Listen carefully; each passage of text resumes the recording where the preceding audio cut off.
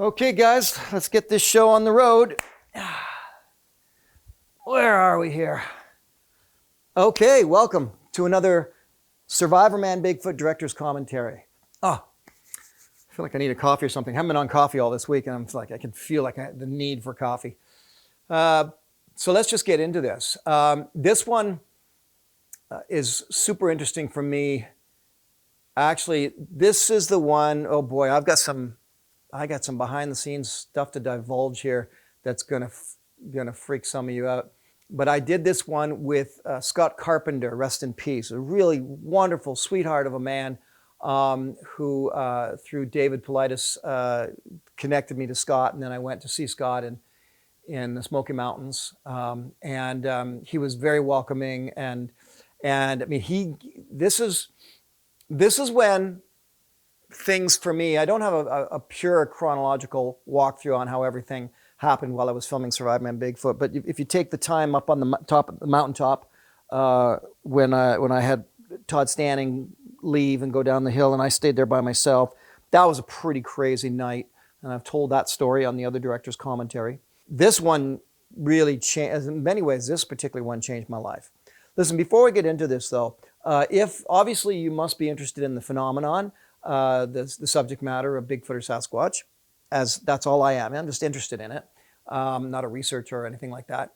Then you might be interested in what I'm doing right now, and that is I've got a Kickstarter campaign happening because I'd like to produce for you a full-on new feature film called The Question of Bigfoot, where I will be taking on all of the burning questions that exist around this subject matter. So here, have a look at this. This was scary, exhilarating, and makes you doubt everything you ever learned that's real and unreal.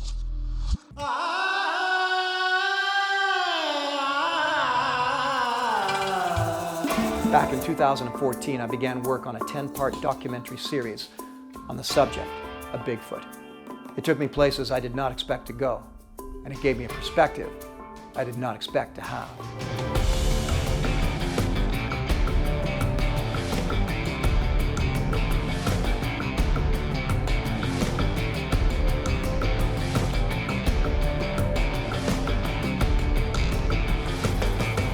Well, it's been 10 years, and a lot of questions still remain.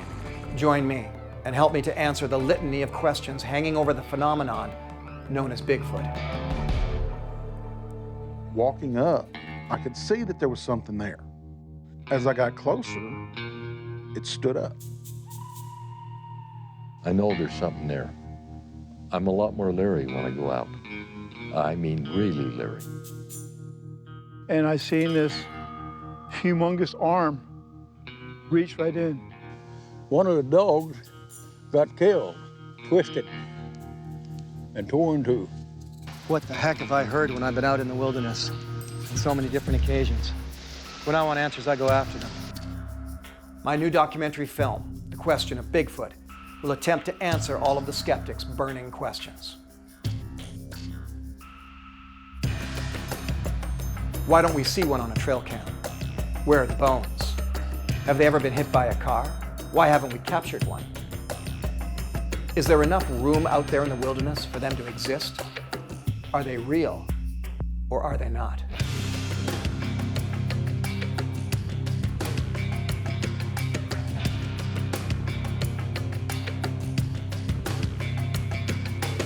I can't do this without you.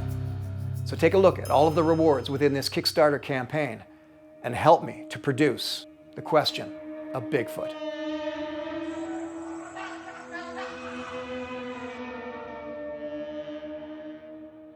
So even if you can afford just 20 bucks, there's all kinds of rewards available. Go to Kickstarter.com, put in The Question of Bigfoot, find it, check out the rewards. There's some big ticket items there as well, which include going out on an expedition with me or having dinner with myself and with the film's editor, Barry Farrell. That is if you're watching this before January 2025. If not, let's just get into this. Away we go. Smoky Mountains, Tennessee. These are the Smoky Mountains of Tennessee. The phenomenon we call Bigfoot is far from being relegated only to the West Coast mountains. Some of the most bizarre and intriguing encounters happen from Quebec all the way down through to Florida. And the stories here begin to stretch the boundary of what this phenomenon might actually be. Oh, I'm just remembering this now. Yeah, this one for me, it had creep factor written all over it. And I think that's why we decided to start shooting it right here in the cemetery. I don't know, Scott Carpenter just had all these places he was recommending, and they were so creepy. But let's watch. So many theories on the phenomenon we call Sasquatch or Bigfoot. Is it a great ape? Is it part ape, part human? Is it Neanderthal? Is it an alien? It just gets crazy after a while. And every Bigfoot advocate seems to have a different approach to what they think it is. What I'm doing is saying, take me to your hotspots. Put me in there where you go. Let me check it out. Let me help you get to the bottom of what's going on here.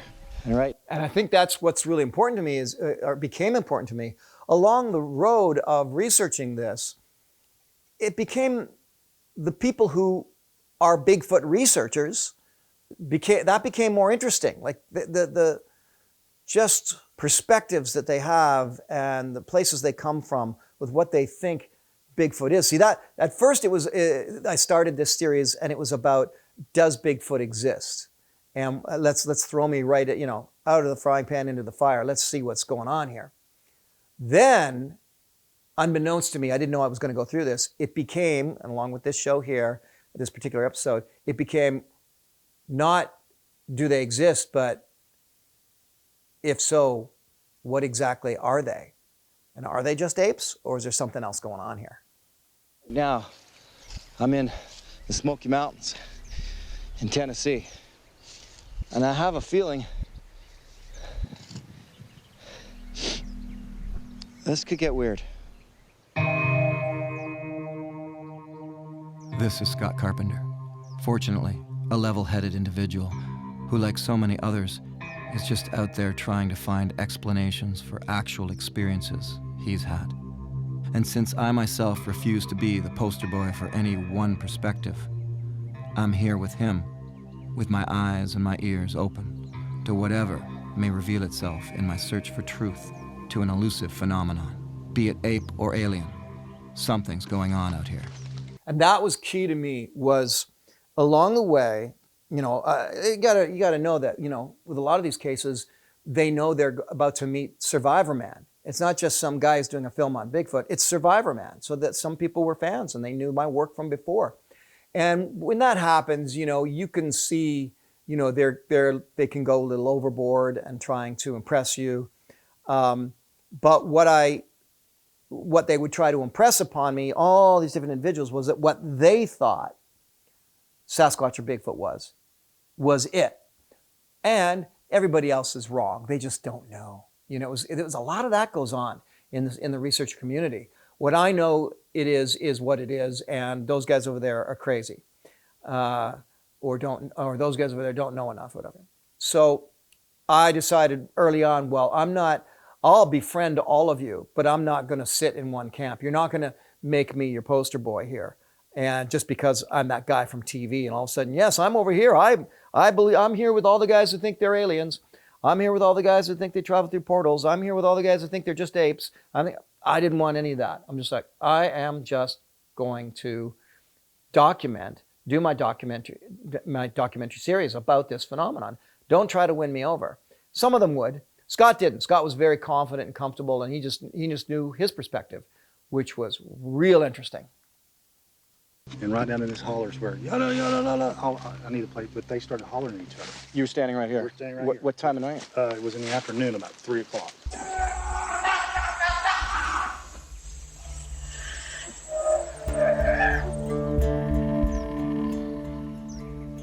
Where was it? They were down in there somewhere. We never could see them.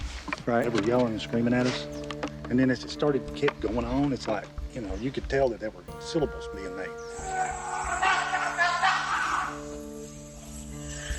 That's one of the ones that Scott Nelson went over and he broke it down phonetically. Okay. He said there's syllables being spoken.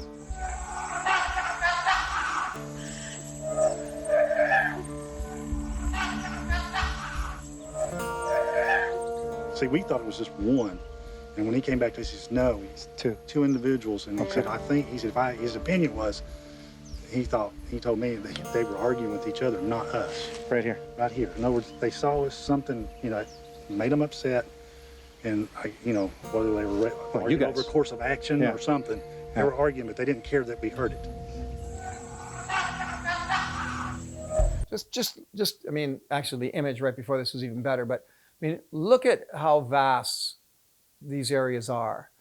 Going back to that question of is there enough room for them out there? There's so many wonderful vast areas. And one thing that's really cool in the east area of the United States is a lot of the older forests have come back. They were cleared for logging and farming, and that was, 250 years ago. So a lot of the trees now, you now have 200-year-old trees and forests that are that old because they failed, the farming failed, the logging was done, and they've all just, and back then they didn't do, replanting or anything, so they've all just grown back. And it's wonderful. I do think it's really wonderful that the whole northeastern United States is so beautiful right now. So much vast forested land where a lot of different species can exist. Look at that.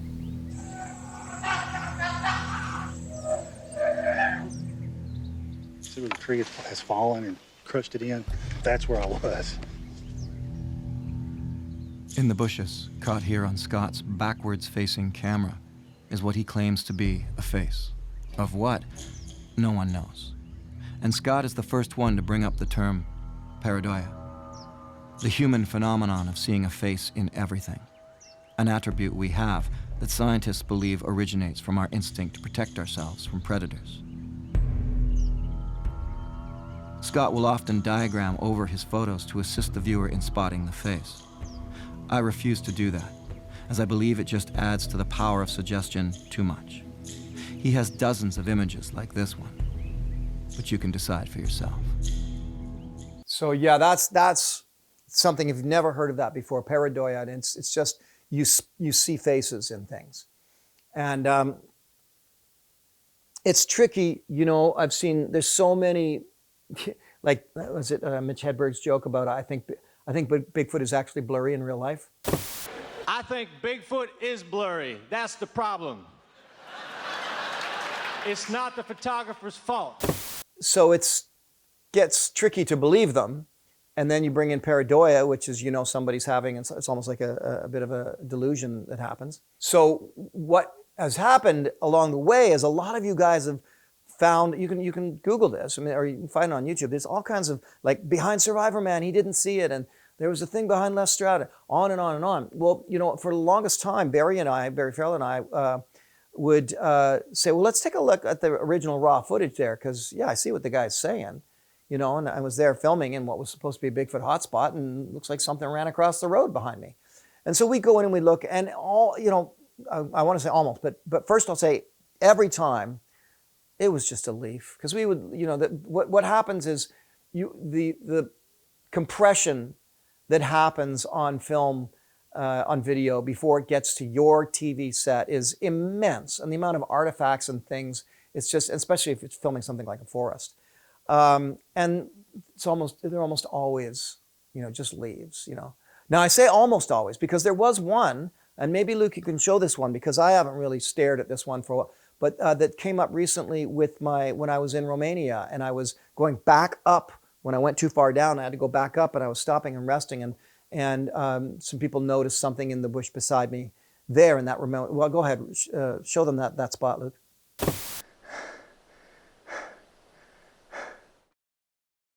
Yeah, so, and that one I remember getting the team to look at, and they said they couldn't figure it out. It didn't seem like it was leaves or a branch blowing in the foreground that blurred, and all those things that can happen. So that's why I have to say almost and not all of the times, because in that situation, and maybe one other, we couldn't figure out what it was back in the edit suite with the original uncompressed footage. So there you go. Let's see. The one that licked the camera was down there, he says. Okay. The one that lit the camera was down there. In this footage taken from Scott's trail cam, you can clearly see that something is messing with the camera. The perplexing image does not seem entirely like it's a bear, although there are many black bears in this area. And Scott is convinced that whatever it was, it licked the camera and then finally abandoned it. Scott comes by his interest honestly. He has simply heard things and seen things he can't explain through known wildlife biology, and he's not afraid to go out into the woods to find answers.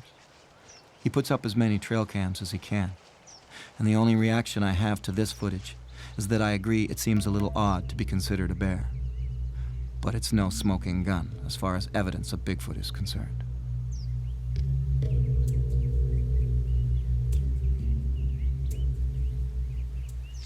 I left these rocks evenly spaced. Last time I was here. This is the kind of stuff we do. So right there. So this is interesting. I learned a lot from Scott actually going out with him, and I actually tried a lot of his techniques later on my own to some success. And he would put out these rocks in a certain formation, come back, and they would be moved.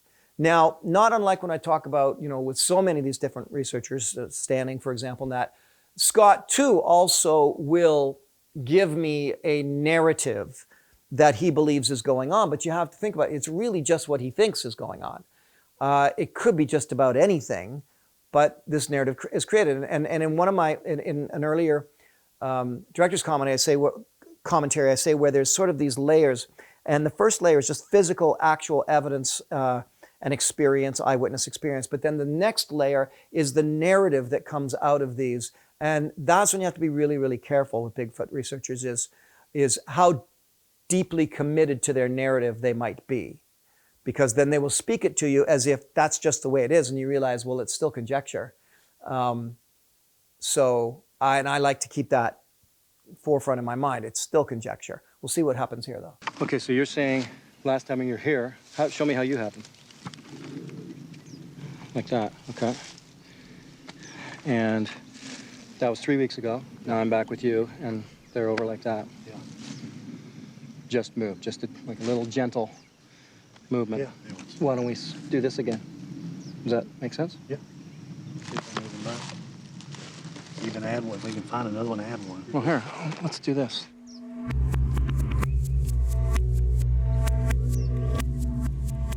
When Scott and other researchers put out rock formations or colored beads, more gift-like material rather than food, they begin to rule out most, if not all, animals.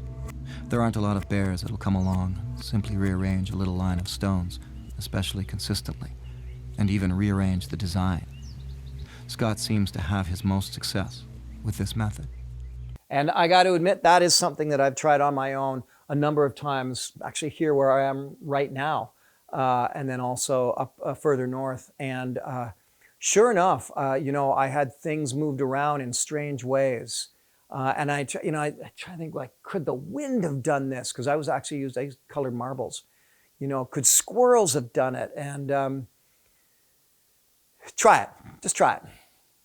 Of course, this does not rule out human hoaxing, but you got to be out here to get it. Most of these researchers do this kind of experimentation well off the beaten path, where no humans go. Scott has brought a spirituality theory into it that I have never encountered before. You see my electrician's tape? I had that in the form of a cross. Show me how you had it set up. This is how it was supposed to have been originally. Can't get it in there.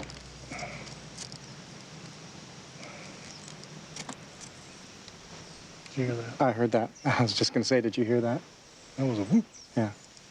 Congratulations. Yeah. Thank you. And what do you do in a situation like this? Do you whoop back? Do you just let it be? Let them be. Yeah. Right. Now, the crows have been doing their thing, but that whoop was a whoop. That's how I had it when I left here 3 weeks ago. Something important here. Scott was so relaxed and so used to these varying experiences out here that, he didn't go, oh my God, did you hear that? That was a whoop. He's just very casual about it. And a lot of them start to get like that. Todd ended up being like that after a while, Todd Standing. And other researchers that I would go out there with, they wouldn't go over the moon. And And so you knew that, okay, well, this is something they're quite used to. And, so Scott was the same. He was just like, hear that? It was a whoop. And then when he said thank you, and I don't know if I asked him on camera, but I asked him later, like, well, why'd you say thank you? He says, well, I'm saying thank you to them. So he takes it very matter-of-factly, and that is a good way to be out there. There's some theories going around because of the abilities of the Bigfoot. You get into the supernatural side of it, the ability to, a lot of people think they can mind read, they can cloak or disappear or cause you not to see them, that sort of thing. Actually, these abilities were mimicking angelic type abilities, from the Bible. So there's a theory out there that they could be Nephilim, and that basically in Genesis 6 it talks about how the fallen angels mated with human women and created a hybrid, and those were called Nephilim, and they were giants and large, and so that's how that's where the theory got started. And, you carry that forward through history, and they ended up, here in the Americas, and that's what the Bigfoot could be, a descendant of the Nephilim. Sasquatch in the Bible? This was So yeah, so this was a revelation to me. It's more commonly known now amongst researchers, but still, there were giants on earth in those days, and also after that, when the sons of God came in unto the daughters of men, and they bare children to them. The same became mighty men, which were of old, men of renown. So always this references to, giants that used to exist, and then there's hoaxes that happen. It's such a shame that hoaxes happen, isn't it? It's such a shame that there's so many dicks out there that just want to hoax, whether it's crop circles or giant skeletons and giants or Bigfoot or ghosts or whatever. It's just a drag. If people could just let it be. It's like if we didn't know how to hoax, we didn't have that manipulative ability, that we just knew nobody could ever do that, then you would just always know. Was it that like that movie with Ricky Gervais where nobody could lie except him? Fascinating in a way. So this is something Scott brought to me, and I got to say, the references are fascinating. There certainly aren't references to the Nephilim that would make you think they're not Bigfoot, only that, well, yeah, it's possible that could be what these are, is in reference to those, the Nephilim. This was something I've never even considered. Yet look at the first two lines. There were giants on the earth in those days, and also after that.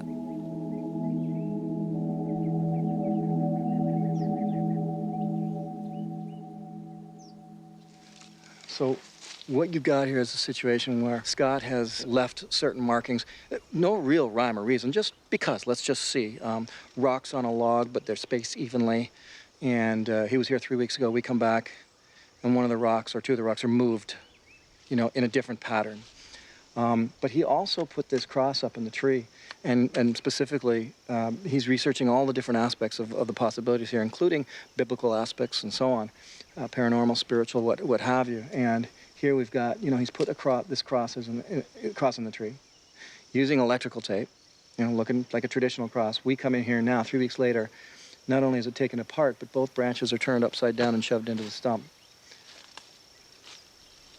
So that's creepy. That's the only... I got to say, too, that, with Scott Carpenter, there wasn't the same emphatic passion over the topness, everything is a Sasquatch, that I would have gotten with other researchers. And so it makes for a much more relaxed way of going through and checking all of these things out. And where we are, we're not anywhere that anybody walks. We're not anywhere that people do any bushwhacking or anything like this. Is just his little, let's go off down into this area. And that's really the best way to do it. The minute you do anything near a trail or on a trail, you're kind of euchred because other people are going to be there. But you do it on your own property in places, if you happen to be out in rural, you do it in places where nobody goes here. No one ever goes here. And you set up your trail cams and so on. And then the weird stuff starts happening. Rocks being repositioned into a different formation. That is when it gets creepy. The only reaction I have to that is That's creepy. After a few hikes with Scott Carpenter in the Smoky Mountains of Tennessee, I've opted to head out into the trails on my own to see what I can stir up. Things happen when I make myself the bait. I did hear the knocks back there and different things. Could they have easily been an owl or a bird or woodpeckers? Absolutely, they could have been. No question about it. The first one was very suspect. The whoop that I heard, that was suspect. That was a strange little one-off whoop to hear in the middle of the day like that and not hear any others. The other thing that comes into play here, at least for me, is that I'm not from this area. So a lot of the sounds are new to me and they're not sounds that I recognize. So it helps a lot when you are in your zone that you're from, because I can say, oh, that's a screech owl, that's a raven, that's a crow, that's a blue jay. You can just pick them out and call them. And then when you get something really odd, it does stand out to you. But here, there's going to be more that stands out to me because I'm not as familiar with the Smoky Mountains. Well, that's not a bad little shelter.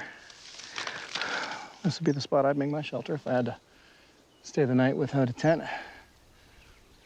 Definitely protected from the rain. This is all damp, but you get enough material, put it on the ground, and you got a ready-made shelter right here, ready to go. And when it comes to survival in an area like this, well, it's the same thing I find everywhere I go. I mean, survival is ultimately quite possible. There's a lot of large black bears in this area, so and the bottom line is wherever there are bear, there's enough food for a large bipedal, ape-like, hairy man creature to exist. That doesn't mean they exist, though. It just means they could. It's just virtually impossible for me to not geek out as Survivorman all the time. I've said this before, you guys go out hiking with me somewhere, even if I try not to, I can't. Eventually, I'm going to nerd out and be like, oh, look, and I'm going to be pointing out some stupid survival thing. But I cannot stop myself from being a survival geek whenever I get out in the woods. So it always shows up in Survivorman Bigfoot. So, in my opinion, in the research thus far, let's get that question out of the way. Could a creature such as Sasquatch exist in North America? Yeah, it could. But that just doesn't mean that it does. All right, so I've let Scott head off without me. And I'm going to spend about 15, 20 minutes just up here alone. Let the dark come in a bit more than it is. And so I can be a single, solitary person up here, alone, and do my hike out on my own. See if that makes any difference at all. Lots of sounds in the forest. There's always lots of sounds. Sasquatch's persistence in our culture is a testament to its value. A myth, after all, tends to reflect some fundamental truth about the world we live in. Now, there's another element to Scott's research in this. He's even looking at things biblically. And that's where things get pretty interesting, apparently, in Genesis 6, to do with the Nephilim. So that's something I had never even considered. I'm walking from biological being, just a great ape, to, ape human being like a Neanderthal or some sort of hominid like that, to, sort of a spiritual being that do all these interesting things, cloaking into the woods and psychic power and so on, infrasound to disable you, just like apparently lions can do. And then, carrying on into aliens. I mean, this area and many areas are well associated with the seeing of orbs, strange lights. Well, that's not my thing. That's not what I'm not going to get into that. Huh, not yet anyway. I want to point out here that, this is what I liked about being someone doing a documentary series on this phenomenon, the subject matter, is that how comfortable I am in the wilderness during the night, during the day, definitely aided, definitely helped a lot. And so that's why I said, Scott, I'll walk out in the dark, in the pitch black, because I'm just comfortable doing that. I could do that in the woods here without a flashlight. I don't care. I'm just very, very comfortable. Have to be able to see my way, obviously, but and so that's why this started. I'm going to go out. I want to get away from Scott. I want to be by myself in his super hot spot area, sit against that tree. Now that it's pitch black dark, walk my way out and just sort of see what happens. What happens here, I've never told before. I don't believe I've ever told the story before other than privately and personally to friends. So let's keep watching. Even in my own circumstances with some strange happenings that I've experienced that are associated with me trying to be in Bigfoot territory, you know, the feeling of being sat upon and things disappearing, but that were covered by stealth cams and then they disappear on the stealth cam with nothing coming into frame. It's just bizarre, you know, it really just gets strange. But lastly, I had not considered the possibility of a biblical connection. That's really going to take some thinking on my part. And that just makes it even freakier. And that's the interesting thing. And this is what I've heard from people too, is the more you get into this research of Sasquatch, it just gets weirder. It doesn't get easier and plainer and more obvious and more simple. It's all about, you know, how far down the rabbit hole do you want to go? This is not really fun stuff to talk about while I'm walking through the middle of the forest here completely alone. When you're alone in the woods and you hear a scary sound and the hair stands up on the back of your neck. You can stop for a second. It may be more comforting to believe in something truly frightening rather than a twig falling off a tree and making you jump. And now I just heard something break a branch. Do we believe in scary monsters because it makes life on this planet more exciting? Now I'm feeling creeped out. Well, I got that feeling. A little spine-tingling, creepy feeling. Might have something to do with walking in the dark and too many horror movies.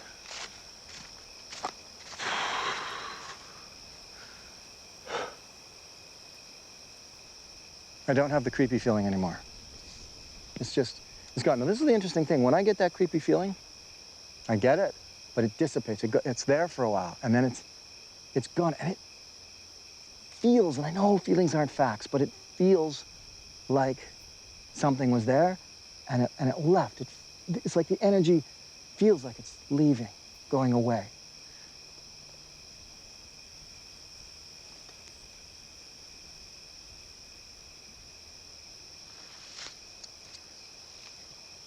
And that's all I'm reacting to.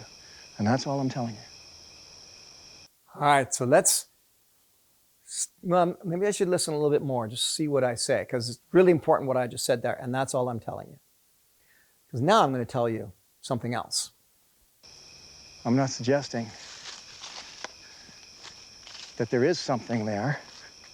I'm trying not to suggest that. Okay, so we'll leave me right there. Here's what happened. In that moment, and the hair going up, like it's so interesting that, you know, that here I was ruminating on all these other larger possibilities, places where, you know, very well-respected researchers such as Jeff Meldrum, who I respect greatly, you know, not interested in going there, not interested in talking about anything that dips into the paranormal. Other individuals are like, drank the Kool-Aid their way over with the aliens, you know, and everything in between. Well, here I am just sort of ruminating on all of that. And, well, I guess, I don't know, it's almost like, well, I did not create a delusion in my mind, but what happened was the weirdest thing I've ever experienced probably in my life, I suppose. And I've had a few weird things. So I stood there and when I'm just listening, right? And as sure as I'm sitting here right now, okay, I'm just going to tell you what I experienced. I have no idea, I can't classify it or say what it is. This is just what I experienced. I was sort of filled with a voice, a very clear voice that sounded like, it's like it was in my psyche didn't, it felt very much like a different entity, like not me, not from within me, not my thoughts, not my thinking, not my own delusions. And the feeling I had, I had this image in my mind of a very large Sasquatch, and also beside him, a smaller one, like there were two of them.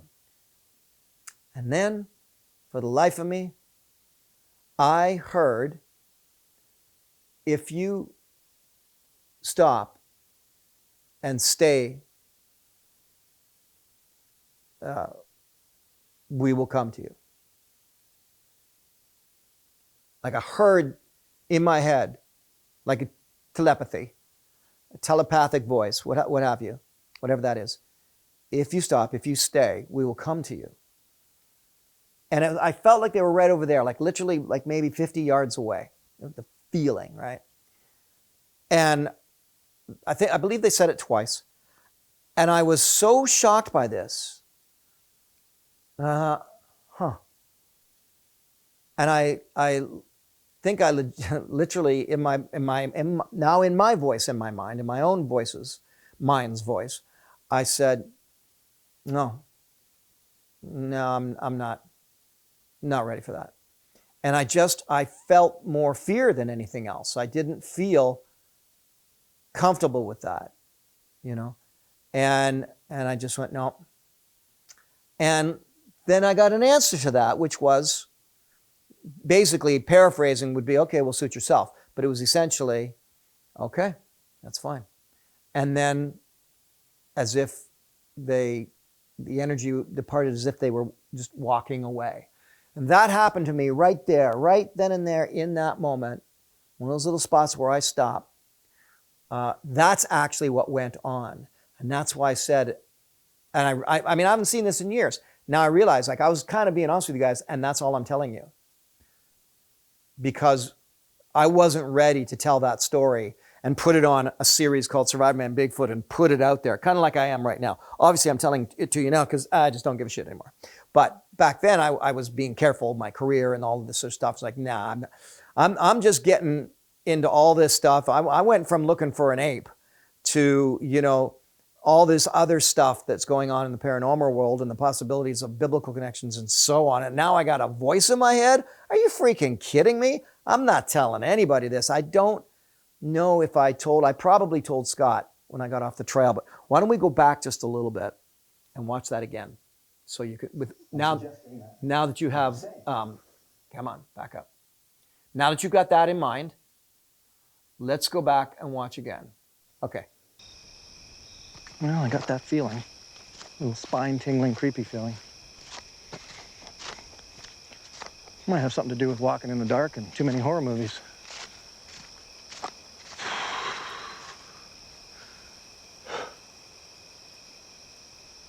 I don't have the creepy feeling anymore. It's gone. Now, this is the interesting thing. When I get that creepy feeling, I get it, but it dissipates. It's there for a while, and then it's gone. And it feels, and I know feelings aren't facts, but it feels like something was there, and it left. It's like the energy feels like it's leaving, going away. That's all I wanted to tell you in this moment while shooting this series, in this point of my life and my career. Different from what I'm telling you right now.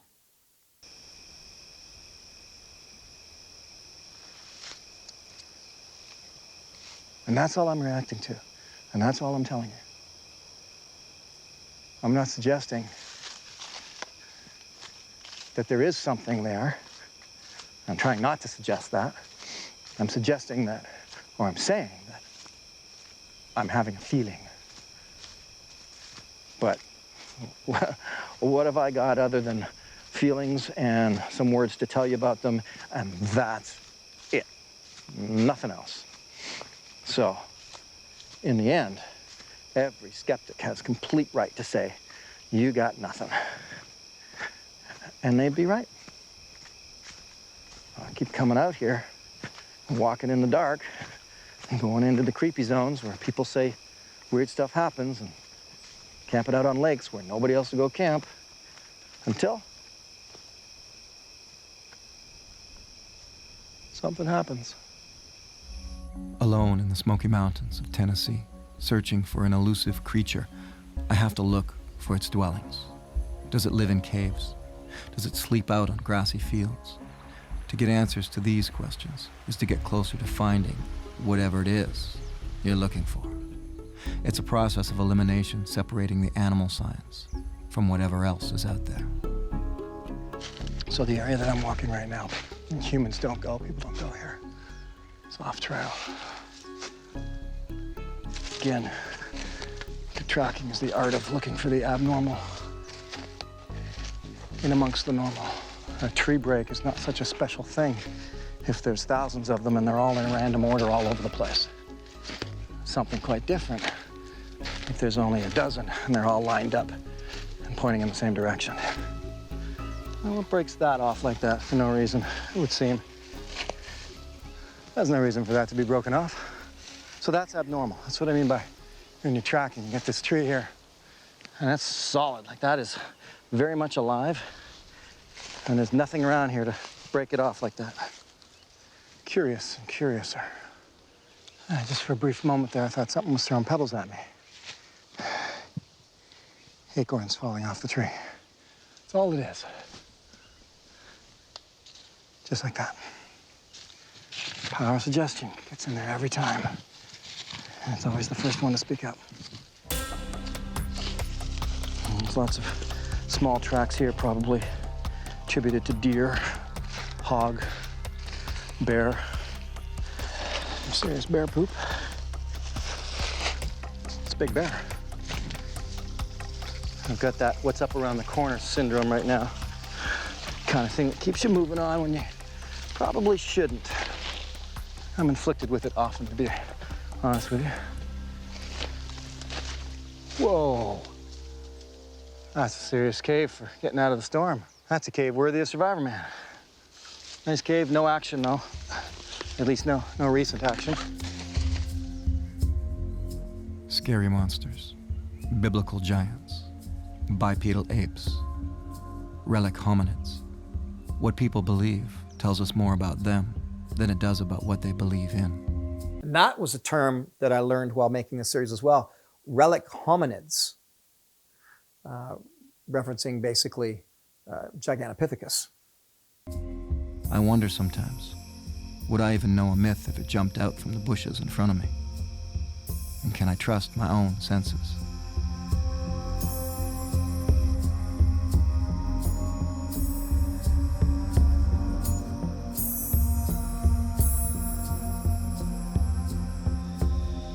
On a psychological level, you have to determine, do you start feeling those feelings of spine tingling and hair on the back of your neck because there's something real, it's really affecting you? I mean, we know that feeling. See, it feels like somebody's looking at me, and then you turn and you see, oh, someone is sitting in the cafeteria and they are staring at me.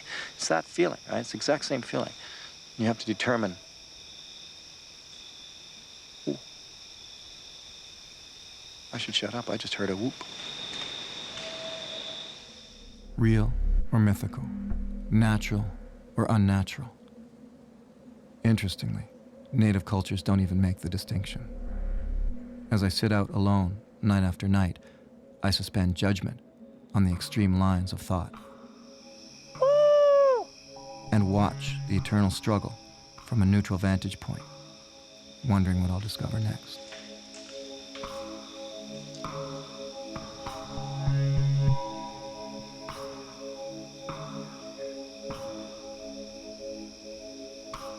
So I'm feeling something. I don't know what it is. Well, I saw something moving with the thermal. That's for sure. A little bat fly by.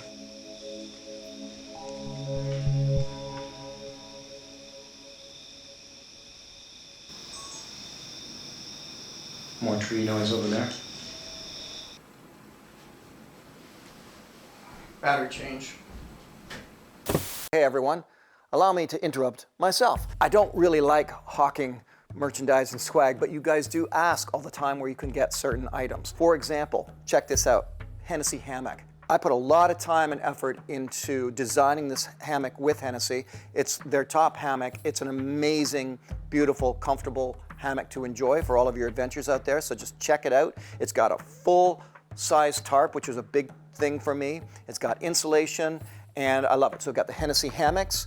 Of course, for years I've been in a phenomenal relationship with Hella of Norway, Hella Knives. And this is our signature knife, of course, the Tamagami. These knives are handmade. In fact, I've been there to this very ancient factory where I don't know how many, it's well over 100 years that they've been operating, and every single handle is handmade. All of the grinding, everything is done by hand. And these knives are absolutely beautiful. I also now have a brand new relationship, and you will see these items, new forging tools that I'm designing with LT Wright Knives out of Ohio. And also, Chef Paul Rogalski of Wild Harvest has the signature Chef Paul Rogalski kitchen knife collection. Those are a big thrill to me, to have these beautiful items that we spent years designing, and I still have them available for you. However, if you want to go more the route of just enjoying the Survivorman legacy, if you will, then of course, go to my website, lestroud.ca, go to the shop page. Right there, you've got everything. All the swag, all the merch, such as my manual on survival. This is if you want to get into survival. This book is meant to be a way to walk you through step by step, because I deal a lot more with concepts than I do with specifics, because that's really important. Once you understand the concepts of fire by friction, for example, you can do it depending on where you are, because I can't give you the advice on how to do it here in Canada and hope that it's also going to work down in the jungle. Things are different. So I've always been very proud of this book, Survive. So that is my survival manual. Also, if you weren't aware, I've got the book Will to Live. I wrote this book well, it's kind of for a lot of fun. I took my 10 favorite survival stories, such as Chris McCandless Into the Wild or the Robertson family and the life raft, and I basically dissect them with this book. I tear apart the story, I go through everything, and I even give them a little bit of a grade on how I thought they did. So I really enjoyed writing this book. It's a real easy read, it's a fast read, but I think there's a lot of insight there for you into all of these different examples of people who have either survived or perished. Speaking of books, so honored, so thrilled, so proud that Wild Outside, my first children's book, has won the Yellow Cedar Award, Best Nonfiction Children's Book in Canada for ages 7 to 14. I tell stories from Survivorman, lessons learned during those expeditions and adventures, and there are even activities they can do in the out of doors. So there you go. My new book, my children's book, Wild Outside, Around the World with Survivorman, has just won the Yellow Cedar Award, and I'm up for another award yet. And in keeping with stuff that's going on right now, we are also up for an award for our Season 1 recipe book from the series Wild Harvest. And if you've never caught the series Wild Harvest, check this out. Hey Les! Gotta watch some whales! Oh my gosh! This perhaps is the most incredible kitchen scenario I've ever had. Can you create a dish where the domestic ingredients don't overshadow the wild ingredients? This dish is a showcase of how great these foraged ingredients come together. It's the best when it's its own flavor. When you're making something with a wild edible, you're nailing it and not losing the wild flavor. Tell me that doesn't look awesome. 2 seasons right now, 26 episodes. In the United States, it's on PBS stations. You can also get it on this YouTube channel. In Canada, Cottage Life TV. In Sweden and Norway, on Matt Cannellan. It's on National Geographic. Asia, which includes China and India. So my Wild Harvest series is playing around the world now, and we, with every single season, create a recipe book based on the recipes that we show you in the actual shows themselves. So that's Wild Harvest. And of course, if you want the DVD, you can get that on this website as well, lestroud.ca. And let's not forget too, that I'm a musician. The CDs themselves are available on the website. The next release will be the re-release of the Mother Earth album on vinyl. But go on Spotify, Apple Music, wherever you listen to music, or on my website, you can go to the shop page, you can pick up all of my CDs. So this is the last one. This is my 20th anniversary selection. Check it out. Every film I've ever made, 76 films in all of the Survivorman, Bigfoot, Beyond Survival, music documentaries, one-off films such as the award-winning Lalache about the school shooting up in Canada and a healing canoe trip. This is my 20th anniversary, 76 films. And people that have picked this up have raved about it. And I'm really proud that I can say I've got 20 years of anything, to be honest with you. That's available for you as well on that Les Stroud shop page. Okay, that's me hawking my stuff. Back to the video.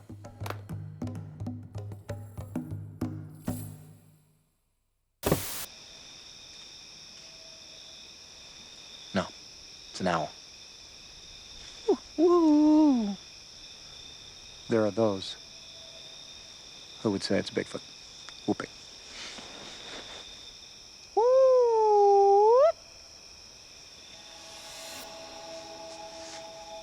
Let him know I'm heading home. It's funny. You put the headlamp on and look to the forest and it instantly looks creepier.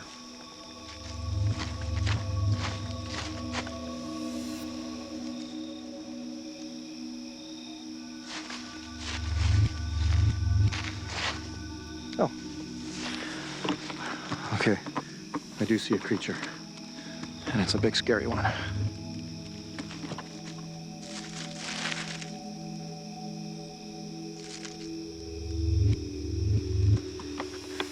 Fortunately, he's gonna let me go. That was a close one. Did you see how mean those eyes were? Creatures like that out here. I better get my way back to civilization real quick. What I was really doing was creating humor, so I wouldn't be nervous.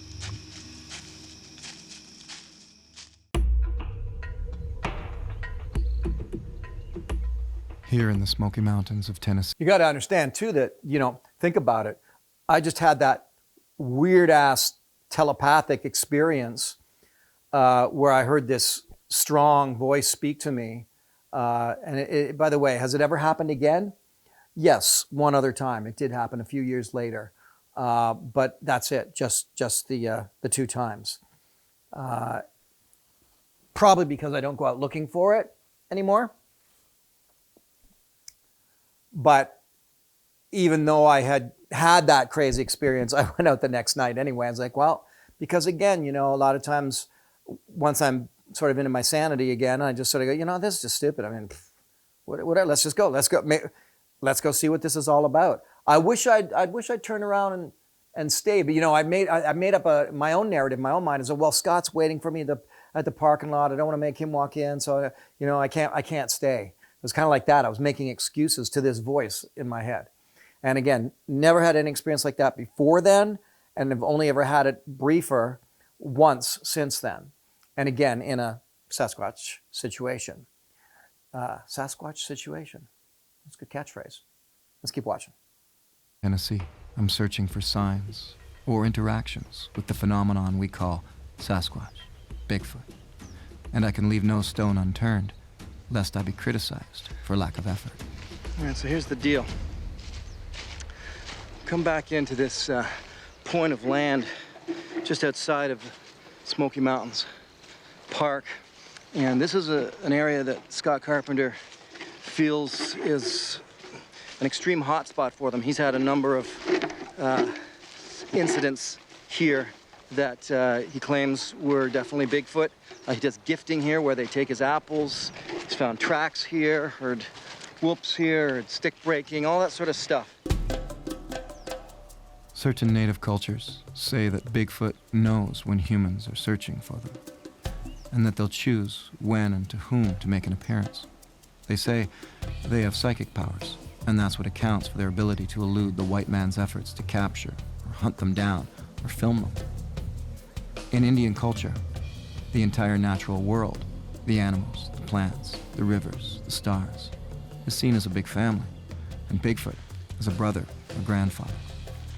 So maybe, if they exist, they know I'm here, and I'm looking for them. And I prefer to do that alone. And this time, thanks to technology, I'm putting out some extra sets of ears and eyes.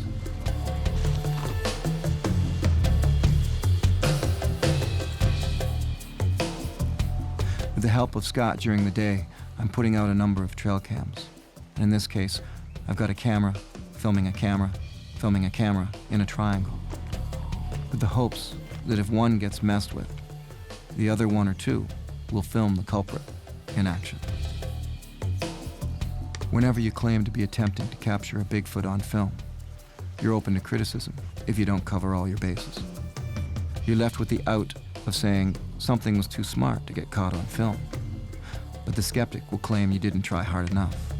And these will be some of the questions that I will very much approach and answer on the new film, The Question of Bigfoot. Again, encouraging you to join my Kickstarter campaign. I will be going into some of these questions that are coming up, but I will be ostensibly answering them once and for all.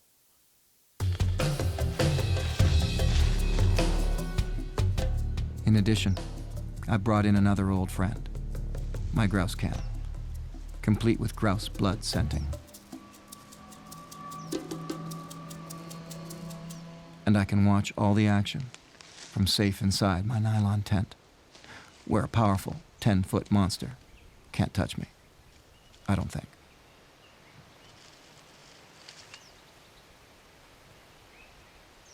What we're doing here is we're setting up what is essentially kind of like a video fence. I've got one camera behind me, and it's got a fairly wide reach on it, about 160 degrees. It can see from side to side. It's got about 60 feet in front that it can see. So I'm gonna come down here,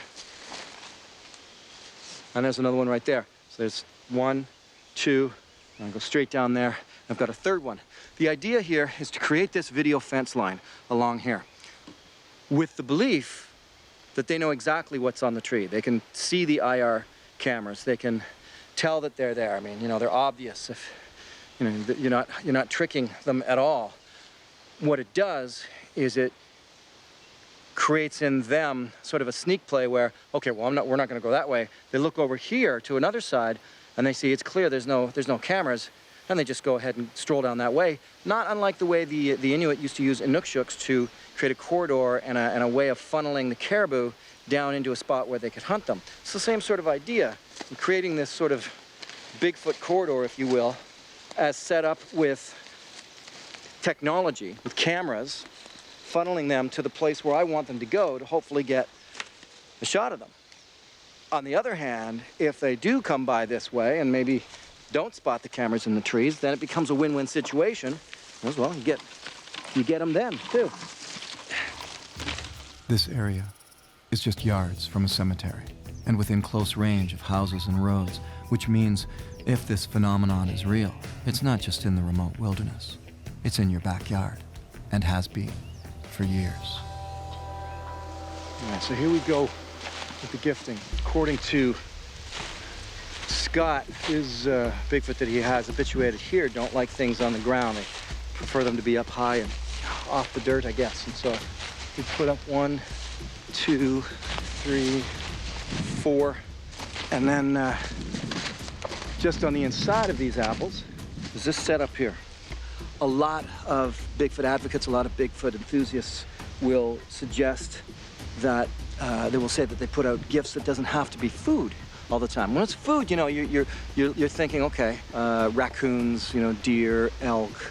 But what if you put out crystals or rocks or feathers, and you come back and they've been all moved around? That's when things start to get strange.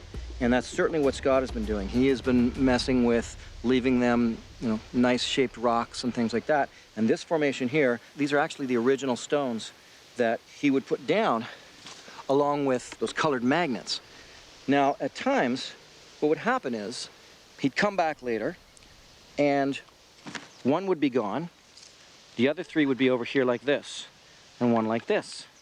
Now, the speculation might be, well, maybe they're saying it's 3 of them, 1 of him, but the 3-in-1 combination in Scott Carpenter's research has been repeated many, many times. Every time he leaves something along rocks, stones, any trinkets, they end up being separated into a pile of 3-in-1. If he leaves 9 or 10 stones, the rest are thrown away, 3-in-1 are left. That's very, very strange, and you know that's not going to be a bear or a raccoon doing it. So we're going to leave these stones down here for the night as well, and see what happens. Come back in tomorrow morning, especially if I hear any sounds or anything at all, and see if these are changed. I'm telling you, if these things are changed, I'm going to be freaked out. This was a good episode for really sort of digging into a lot of different field techniques and having fun with it. I go further in some of the other episodes as well, getting even more technology involved. But this was fun because it, other than the trail cams, the ideas were very much Scott Carpenter's ideas, and they would be very difficult to hoax, you know, if you're curating this yourself in private places. It's just something that you know, your stuff gets moved around and put into different formations. I mean, you're sitting there going, well, what did that? As night comes in, I'm situated between a cemetery and a lake, somewhere in the Smoky Mountain area of Tennessee. The wind is blowing steady tonight, making it hard to discern and separate the forest sounds from everything else that might make a noise.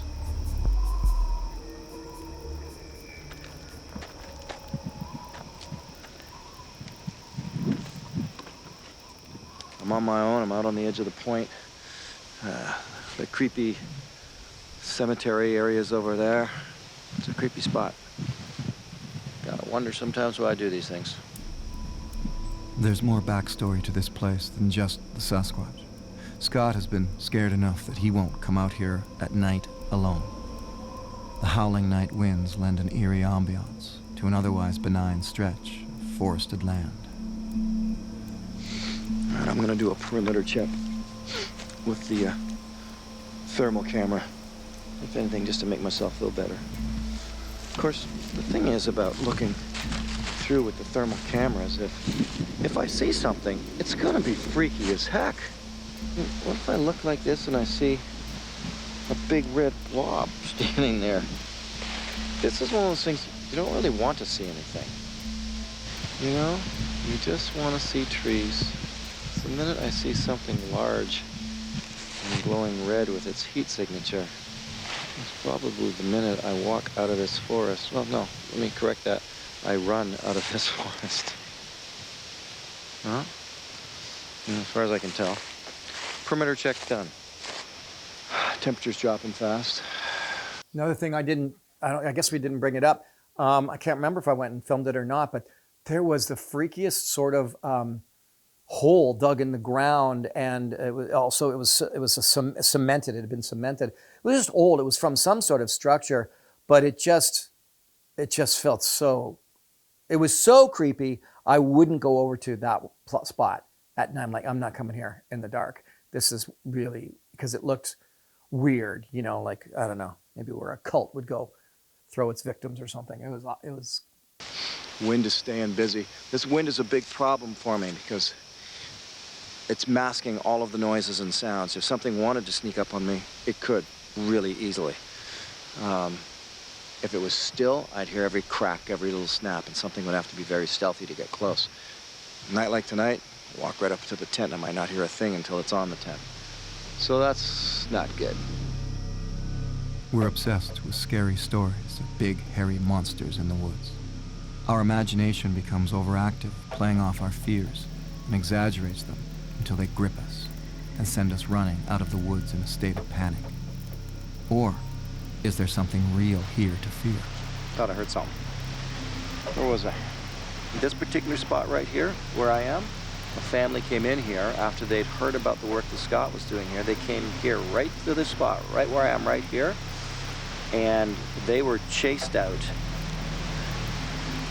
by what they say was Sasquatches throwing rocks and sticks and clubs at them and chased them. They ran out of this forest when they tried to stay here and research Sasquatch, and they were scared out of their wits.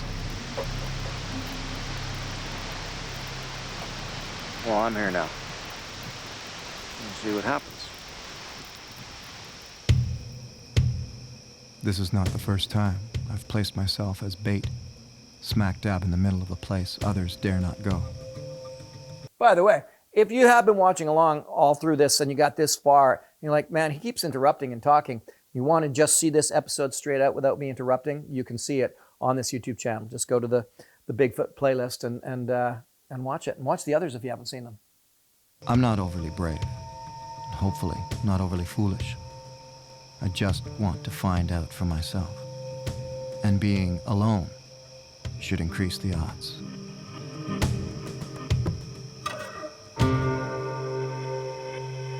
All right, let's take a look at what I've got set up for surveillance tonight as far as what's going on outside my tent. Now, it's a real interesting twist here because there's an argument about, you know, if you have the cameras up, they know it and they won't go there. Yet if I don't put them up, skeptics will say, why didn't you put up infrared cameras on your tent? So tonight I have 2 cameras set up on the tent. And in a way, it's win-win. Skeptics watch, they know that if something happens, I've got it covered.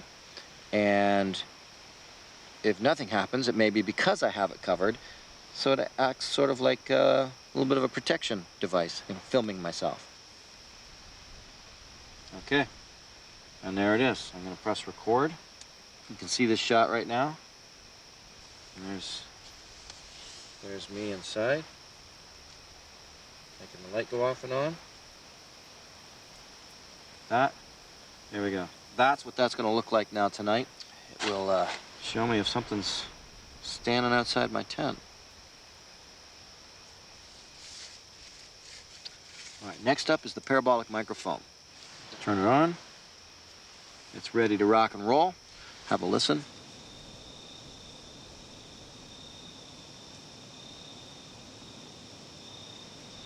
And if there's anything walking around out there, at least in the direction of the parabolic microphone, I'll hear it, and I'll hear it well.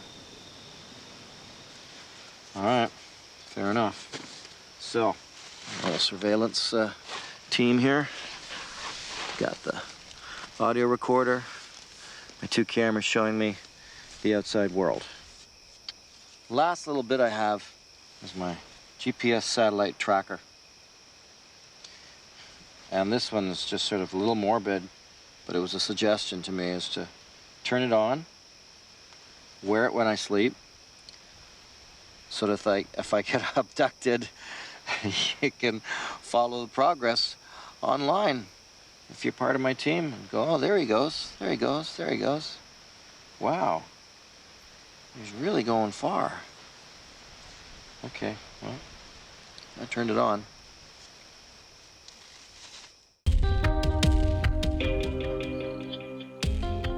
In the Smoky Mountains of Tennessee, just as it is in 1,000 other communities throughout North America, the phenomenon of Sasquatch, Bigfoot, is not a joke.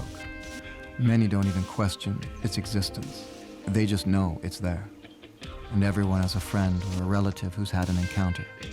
There's not one story from this area. There are hundreds. There we are. Yep, apples are still in the trees. Stones have not been moved. Everything's normal. One question that has always dogged me is, what do we do with thousands of credible, sane individuals with nothing to gain and much to lose who stand behind their encounter with a Bigfoot? Call them all liars, delusional, or investigate their claims and prove things out, one way or the other? All right, so the last order of the day is Scott and I are gonna head in and check out the big rocks that we left out on the first day where we heard the whoop and the reestablished cross, and just see if there's any movement at all.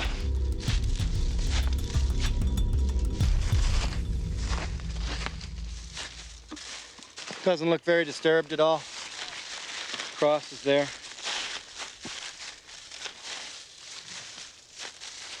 To be truthful, most of these things take weeks to months to really get something to happen. It's only been a few days, but that's fine. We'll still head in because sometimes it can be immediate. Just gonna watch for tracks all around these 3 cameras that we put up. 1, 2, and 3 should be over here somewhere. Wait a minute. Huh. So right now we're missing a camera down here. You can understand, we're out in the middle of it. This is nowhere near where the public come. And we had cameras set up here. We can see 1, 2. Oh, let's see, hang on. Here's the rope, man. See the rope mark? Oh, look at that.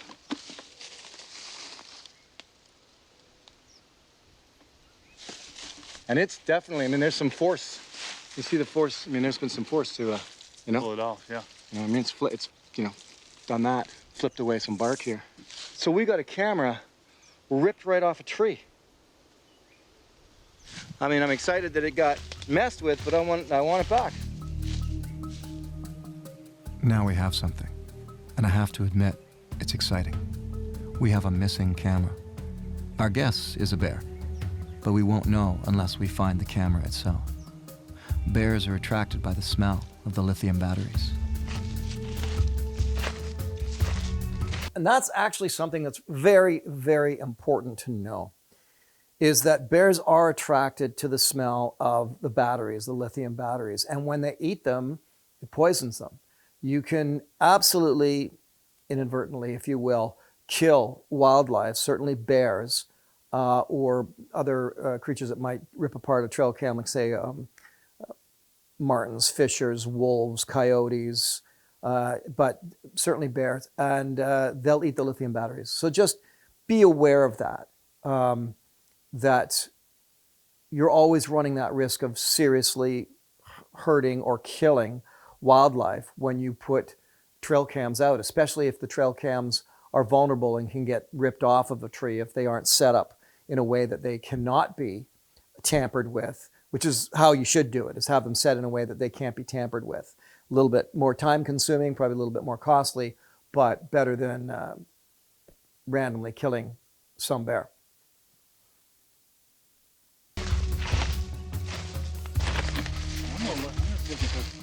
Chips and broken pieces. Here it is. Hey. Okay, I won't touch it. Okay. Bear. Definitely chewed, definitely gouged. Looks like teeth marks. And it does look like teeth marks.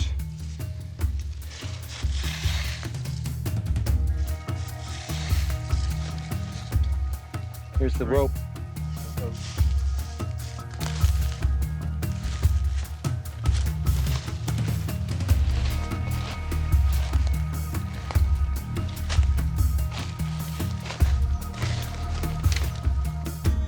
Finally, over 100 yards away, we spot the camera in the dry leaves. Awesome. All right, there we go. We got it. You know, it's not very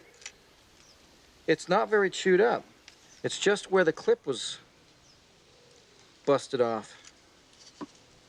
Oh, I'm lying. There's a bunch of gouges and chews in there. Yeah, this is gonna, oh, there's the clip missing. This is gonna be bear footage for sure. And 28 clips. And here are the clips. Something became interested during the day, but then left it alone for a few hours. And returned to it at night to really begin to work at it.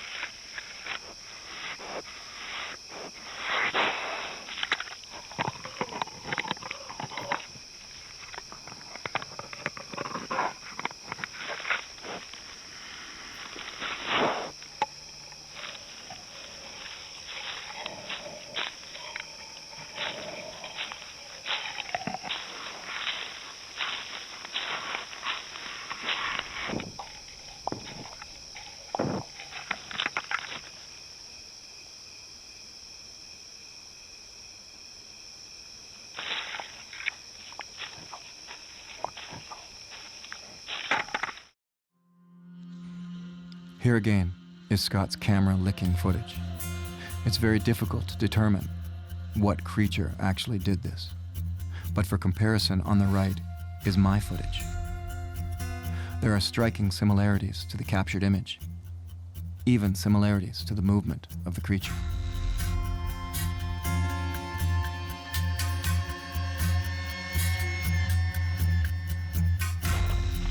We may never have the answer to what licked Scott's trail cam. But there's no mistake about what took mine. The thief finally reveals himself. Mystery solved.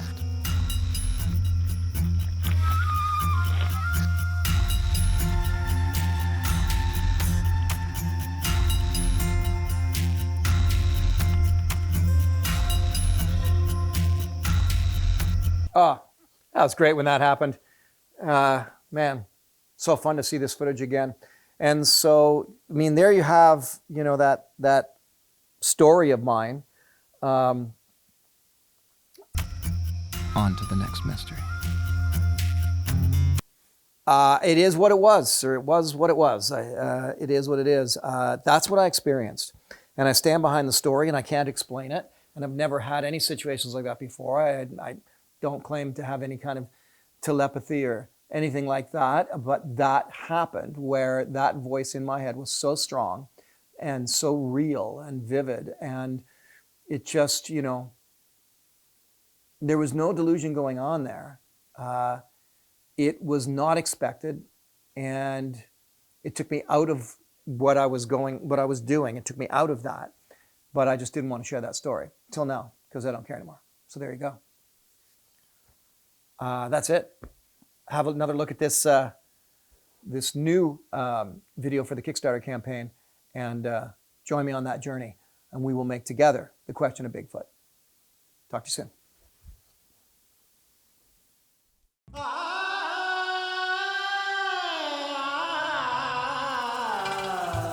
Back in 2014, I began work on a 10-part documentary series on the subject of Bigfoot.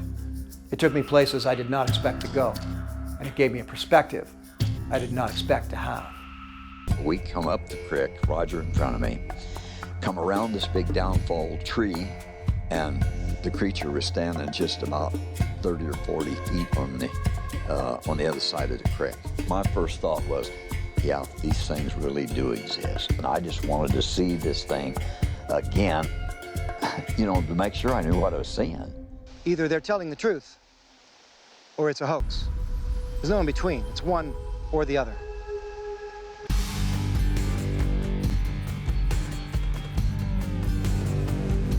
Join me and help me to answer the litany of questions hanging over the phenomenon known as Bigfoot. My new documentary film, The Question of Bigfoot, will attempt to answer the skeptic's burning question. Are they real or are they not? I can't do this without you. So take a look at all of the rewards within this Kickstarter campaign and help me to produce The Question of Bigfoot.